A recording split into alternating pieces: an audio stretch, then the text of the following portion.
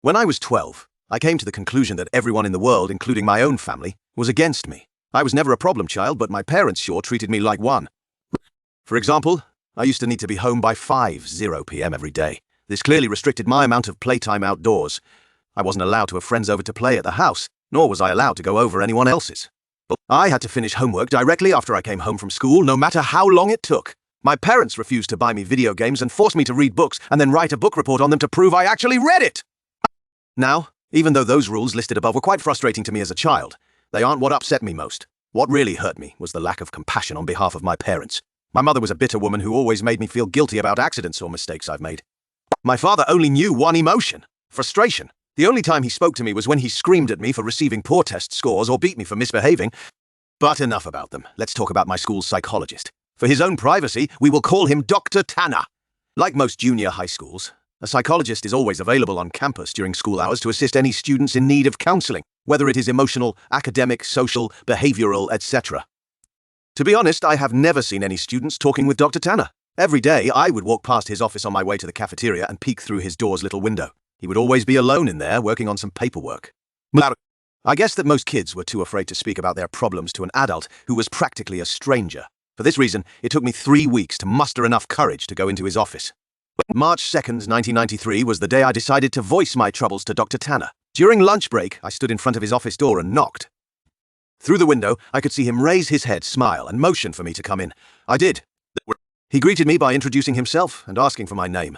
Dr. Tanner was a very soft-spoken man who seemed to radiate kindness. In less than 30 minutes, I rambled to Dr. Tanner about how mean my parents were to me and how they didn't care about me at all. After a while, my voice began to quiver, and I stopped speaking. The psychologist listened patiently to my whole spiel, arms folded and head nodding. I half expected him to begin talking about how everything I had just said was untrue, and that my parents loved me dearly and blah blah blah. But he didn't. Dr. Tanner leaned towards me with a grin on his face and said, "You know, I'm the best school psychologist in the world. I promise we will fix this." I rolled my eyes. "Okay, but how?" I asked. "I have my ways," he replied. "I'm a man of my word. I promise that within just 1 month, the relationship between you and your parents will change for the better." After a brief pause, he continued, "Although I do need you to make me a promise. You have to promise me that you'll come back to my office after school tomorrow and that you won't tell anyone that we had this conversation today. It'll be our little secret." I promised. The following day, I returned to Dr. Tanner after school. It was around 4:00 p.m. when I entered his office. After a warm welcome, he asked me to have a seat in front of his desk once again. Upon sitting down, I watched Dr. Tanner close the blinds of the door's tiny window. "There," he smiled. "Now we have all the privacy we need." We began to talk about my likes and interests, my favorite subjects in school, my least favorite teachers, and things of the like. About an hour into the conversation, Dr. Tanner offered me a soft drink. I gladly took the offer, considering my parents never allowed me to drink soda. Dr. Tanner reached over to his mini fridge and fidgeted around before setting down 2 open cans of soda on the desk. Afterwards, we continued to talk about what was going on in my life, but it wasn't long before I passed out from whatever drugs Dr. Tanner placed in my drink. It took me a minute or so to adjust my blurred vision upon waking. And when it did, I had no idea what to think. I was handcuffed to a bed and my mouth was sealed with duct tape. I immediately began to panic, squirming and tugging at the cuffs, but gave up soon after. My eyes widened in disbelief after looking around the room. There were posters of superheroes pinned up along the walls and photographs of famous athletes on shelves. In the middle of the room was an old television and Super Nintendo, various game cartridges stacked alongside it. I didn't know what to think. Here I am in a room filled with items most kids would die to play with. I would have probably cried from joy hadn't I been handcuffed to a bed frame. My stomach sank once again as the door opened and Dr. Tanner walked inside. He sat down on the edge of the bed. "Now listen," he said. "Remember that I'm here to help you, and I would never hurt you, okay?" Dr. Tanner gently removed the tape from my mouth, and then the cuffs from my hands. My first instinct was to begin crying, but something about Dr. Tanner made me feel safe. He smiled at me. "You're going to be staying here for a while," he continued, "and during this time you're allowed to play with any toys in this room while I'm here at home. But when I leave the house, I'll need to cuff one of your hands back to the bed. You can still watch the television, but I want you to only watch the news channels when I'm away." I sat in silence, still trying to process the information he had given me. "So," Dr. Tanner yipped, slapping me on the knee, "you go ahead and knock yourself out. I'll be back when it's time for dinner." He got up from the bed, walked across the room and clicked the TV's power button before locking the door behind him. Several more minutes passed before I realized that Dr. Tanner wasn't joking. All that was left for me to do was boot up the Nintendo and play Mario until nightfall. At about 7:00 p.m., Dr. Tanner returned to the room carrying 2 plates of mashed potatoes and chicken strips. I finally gathered up the courage to ask him how long I'd be staying in this room. "Well, about a month," he replied, "give or take a few weeks. I just have some work I need to do." The following morning, I awoke to Dr. Tanner's hand patting my head. "Hey, bud, you don't have to wake up right now if you don't want, but I am going to need to put this back on," he whispered, clamping the cold steel handcuff onto my wrist. I gazed up at him. He was wearing a collared shirt and slacks, a coat draped over his shoulder and a suitcase at his side. He looked just how he always did when I saw him around school. Before leaving, he placed the TV's remote next to me and told me to turn it on and watch the news. The first thing I saw upon turning it on was a breaking news segment. An important-looking police officer stood at a podium surrounded by people with microphones. I happened to begin viewing halfway through his speech. A statewide Amber Alert has been issued as of this morning. We have several investigators working towards identifying potential abductors, but as of right now, there is not much evidence. Faculty members state that the boy had been last seen around 4 or 5 in the evening on. I began to feel nauseous as a photograph of me appeared on the screen. It was my yearbook picture from last year. Captions for the photograph displayed my name and age, my school, and my town. Above my picture were alternating titles. "I've begin search for child," and "Kidnapping suspect unknown," and "Potential runaway." The live footage continued, and 2 figures I soon recognized as my mom and dad stepped up to the podium. Both appeared to have reddened eyes. Tears streamed down my mother's face as she took hold of the microphone. I'd never seen so much emotion come from my mother before, as she wept on live television, stuttering on sentences such as "Please return my baby back to me," and "I'm so sorry, and please come home to us."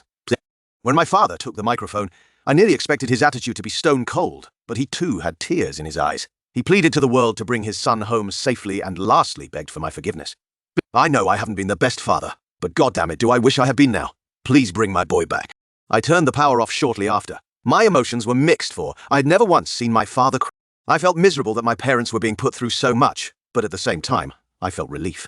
I now know how much Mom and Dad love me. Nearly 4 weeks have passed, and Dr. Tanner has been treating me with the utmost respect. He leaves me in the morning cuffed to the bed frame, but returns in the afternoon to eat lunch and dinner with me, talk, and play games.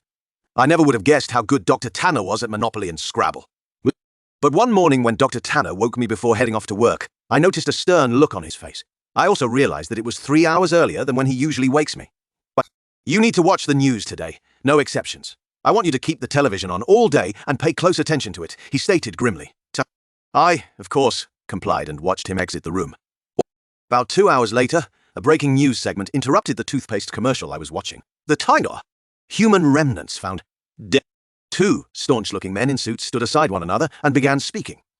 "We are displeased to bring up such unfortunate news this morning regarding our missing child case from earlier this month." One of the men bowed his head while the one speaking shuffled through some papers. He continued.